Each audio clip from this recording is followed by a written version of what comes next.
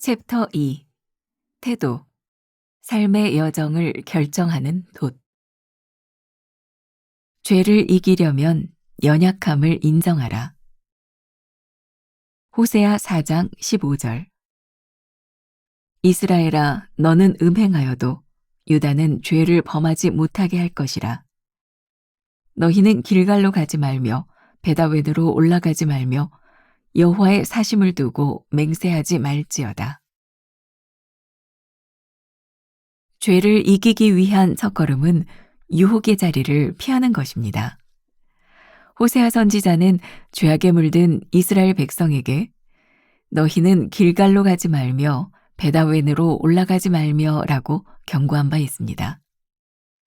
호세아의 경고는 거룩한 야망을 품은 사람이라면 죄를 짓게 만드는 유혹의 장소에는 아예 발을 들이지 말아야 함을 가르칩니다. 죄를 이기는 힘은 자신의 의지로 죄를 정복하는 것이 아니라 유혹의 근원 자체를 제거하는 지혜에서 우러나옵니다.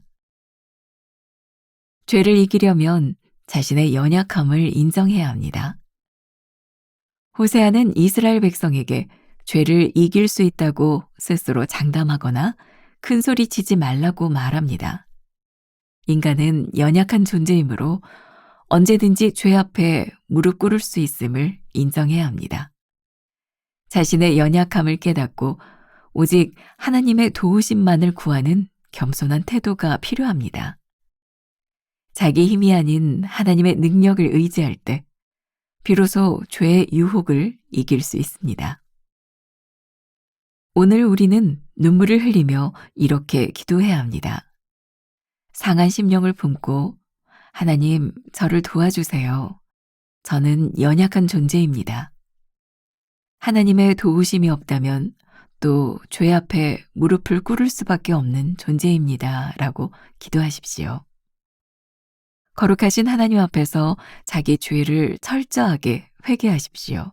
그리고 신실하신 하나님의 도우심을 구하며 우리 가슴 속에 거룩한 야망이 다시금 불타오를 수 있기를 기도하십시오. 죄의 유혹 앞에서 나는 어떻게 반응합니까? 나를 유혹하는 특정한 장소나 상황을 피하기 위해 어떤 노력을 하고 있습니까? 죄 앞에 스스로를 믿기보다 하나님께 도움을 구하고 있습니까? 오늘은 하나님의 손길 묵상 40번째 시간입니다. 40이라는 숫자를 보니까 굉장히 도전적이네요. 이스라엘 백성들이 광야를 건넜던 40년, 예수님께서 시험을 당하셨던 40일의 광야. 여러분들이 40일을 안 빼고 잘 따라왔다면 어쩌면 시험을 이기는 단계, 시련을 이기는 단계에 들어가지 않았을까, 그런 영적인 생각을 해보게 됩니다. 또 이 40일을 제대로 따라오지 못한 사람이 있다면 이 시점에서 다시 한번 그런 결심이 있었으면 좋겠어요. 내가 40일을 또 한번 빠지지 않고 내가 말씀을 묵상하며 이 인생의 광야를 지나가리라. 참 놀라운 은혜는 40일이 오늘 40번째 말씀을 우리가 접하게 되지만 여기서 끝나지 않고 또 한 번의 40번의 기회가 우리들에게 주어진다는 거예요. 우리가 만일 죄를 짓고 죄로 인하여 우리의 인생이 끝난다면 얼마나 불행하고, 아니 죄로 인생이 끝난다면 여기에 존재할 사람은 아무도 없을 것 같아요. 그런데 어제 말씀과 이어서 상한 심령이 우리로 하여금 다시 시작하게 하고, 오늘 말씀의 제목은 죄를 이기려면 연약함을 인정하라 라고 되어 있는데 어제 말씀과 연속선상에 있어요. 상한 심령이야말로 연약함이 아닐까요? 나는 상한 심령에 우리들이 눈물을 흘릴 때 우리의 심령이 말랑말랑해질 것 같아요. 말랑말랑해지면 하나님의 역사가 일어나요. 죄를 이기는 것은 완고함이 아니에요. 우리의 능력 단단함이 아니에요. 연약해질 때 죄를 이길 수 있고, 연약해진다고 하는 것은 하나님께 연약함으로 인해 우리의 삶을 의탁하게 될 때 하나님이 인도하시는 것을 우리들이 경험하게 되는 거죠. 죄를 이기는 것은 우리들의 강함이 아니라 우리들의 연약함이다. 연약함은 하나님을 의지하는 것이다. 또 오늘 말씀을 듣고 있는 여러분들 가운데 여러분들의 의지, 그렇게 살아가려고 하다가 실패했던 여러분들의 경험들이 있다면 나의 의지를 내어놓고 하나님께 양도하는 것은 진짜 의지가 세워지는 일이죠. 하나님이 우리를 붙잡아 주시는 새로운 의지.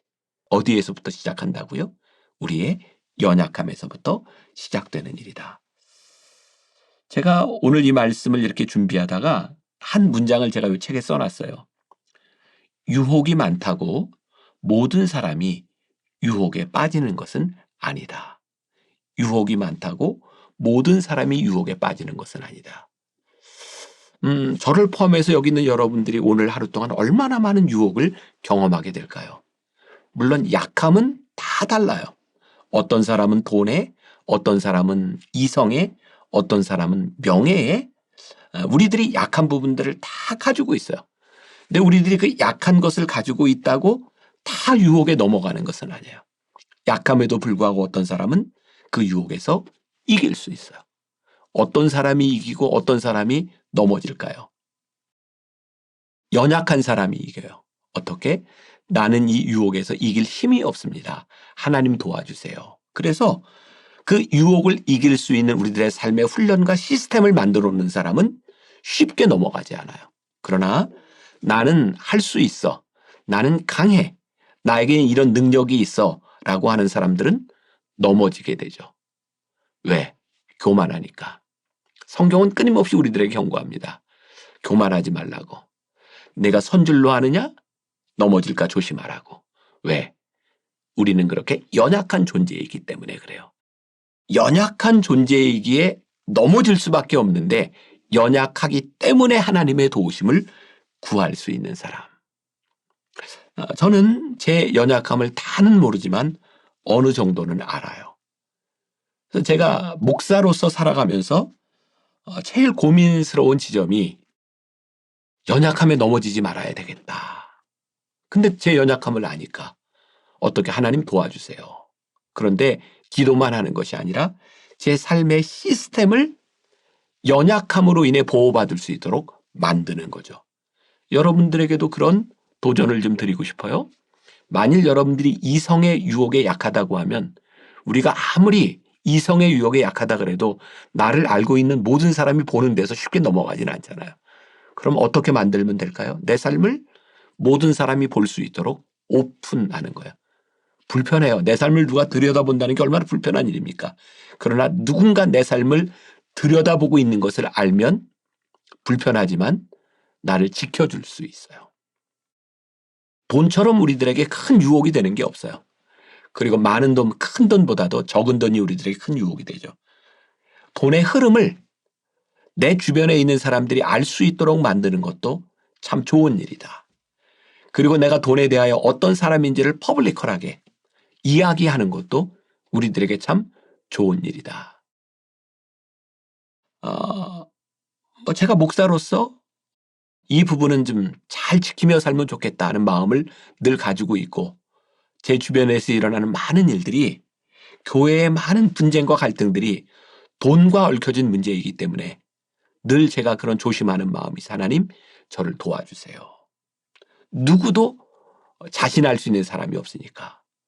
저만 그럴까요? 여러분들의 삶에서도 여러분들의 연약한 부분에 대하여 연약함을 인정하고 시작하라는 거예요. 그래서 오늘 첫 번째 문장이 이렇게 되어 있죠.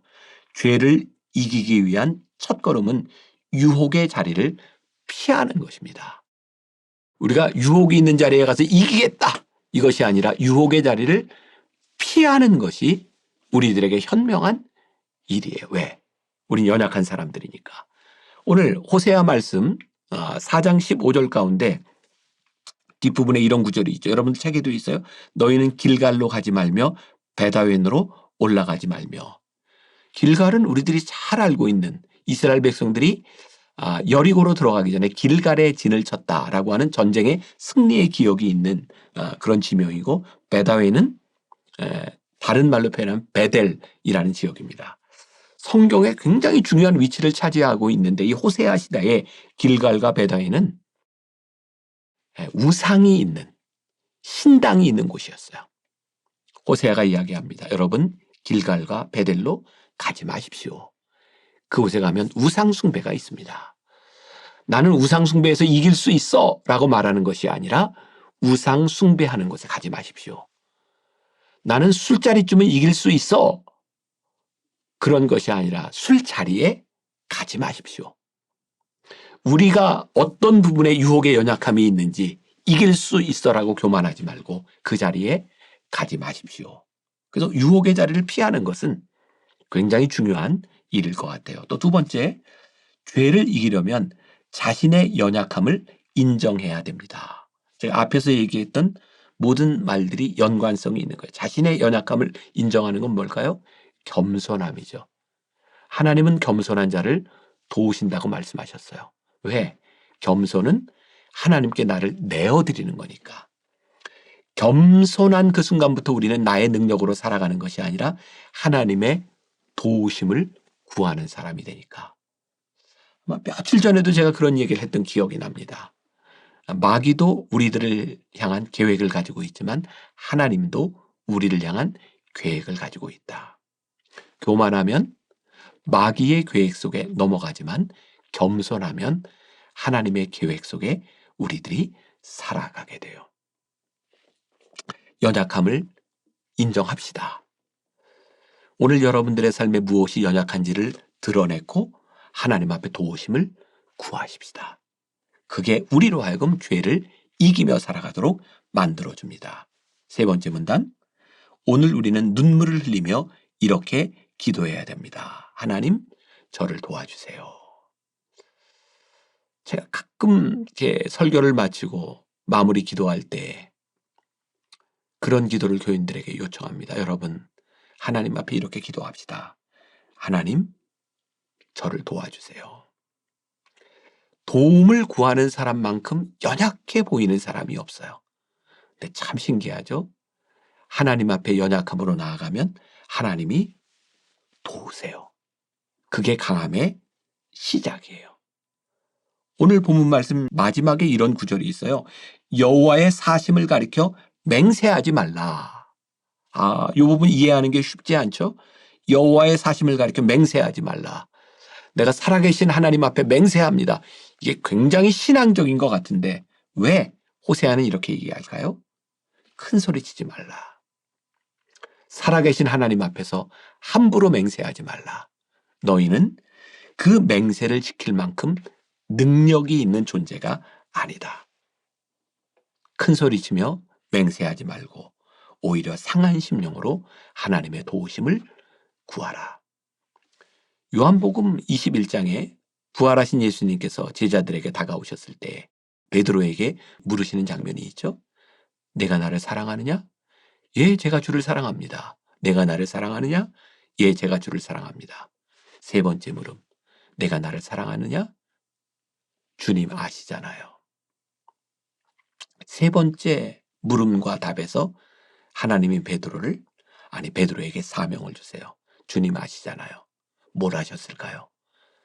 맹세하고 큰 소리 쳤지만 넘어졌던 나를 아시잖아요. 그때 주님이 베드로에게 사명을 주세요. 내 양을 치라. 하나님이 우리를 쓰실 수 있는 것. 죄를 이기려고 하는 우리의 강함이 아니라 죄를 이기기 힘든 우리의 연약함을 하나님 앞에 드러내고 인정할 때 하나님이 우리를 쓰시게 돼요. 오늘 하루 여러분들에게 도전합니다. 하나님이 쓰실 수 있는 겸손함으로 하나님 앞에 엎드리는 하루가 된다면 하나님이 기꺼이 우리를 들어 쓰셔서 우리를 강하게 만드시지 않겠습니까? 이것이 신앙의 역설인 것 같아요. 우리가 약하면 강해지고 우리가 강하면 넘어질 수밖에 없는 신앙의 역설. 여러분들은 어느 편에 서시겠습니까? 기도하겠습니다. 우리는 죄를 이길 만한 능력이 없습니다. 부족합니다. 연약합니다. 그래서 오늘 우리는 하나님께 기도합니다. 하나님, 도와주세요. 하나님, 도와주세요.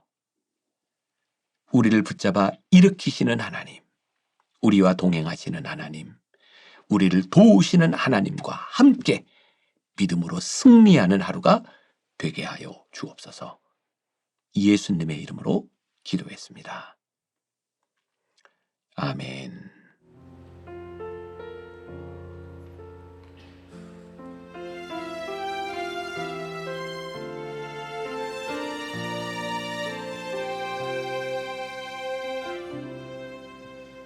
메마른 영혼을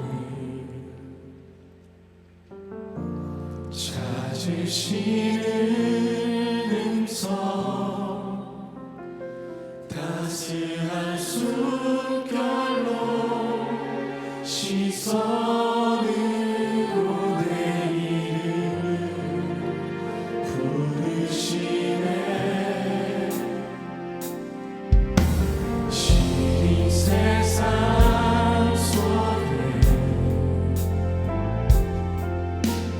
홀로 서 있던 나 비로소 느끼네.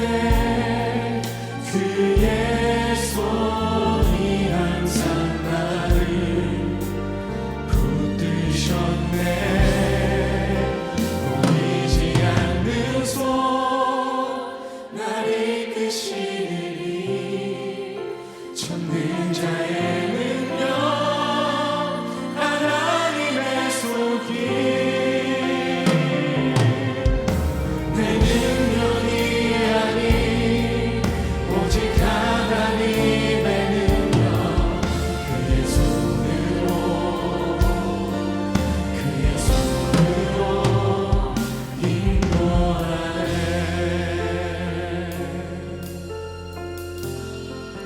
메마른 영혼을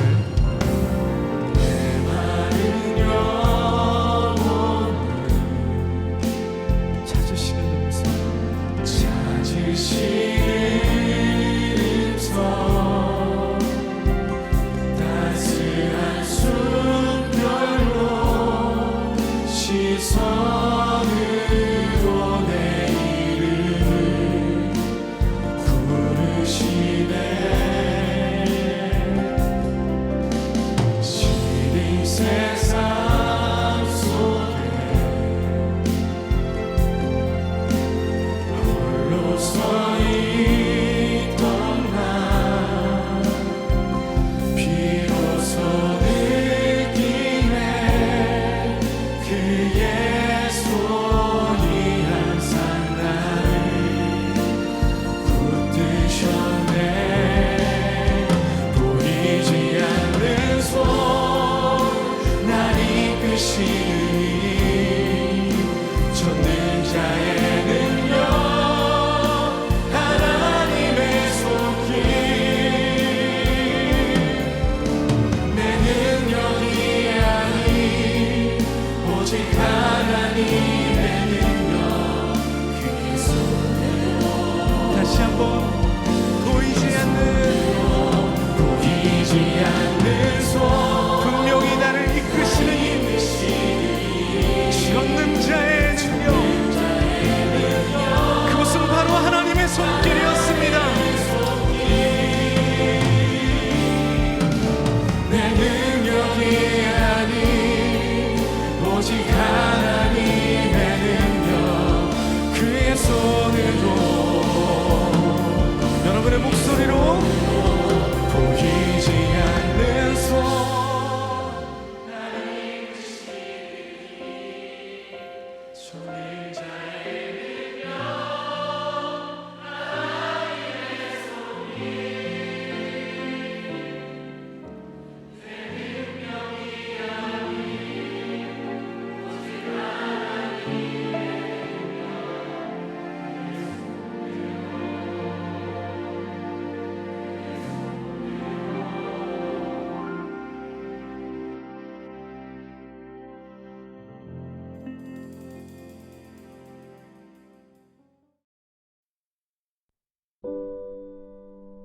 thank you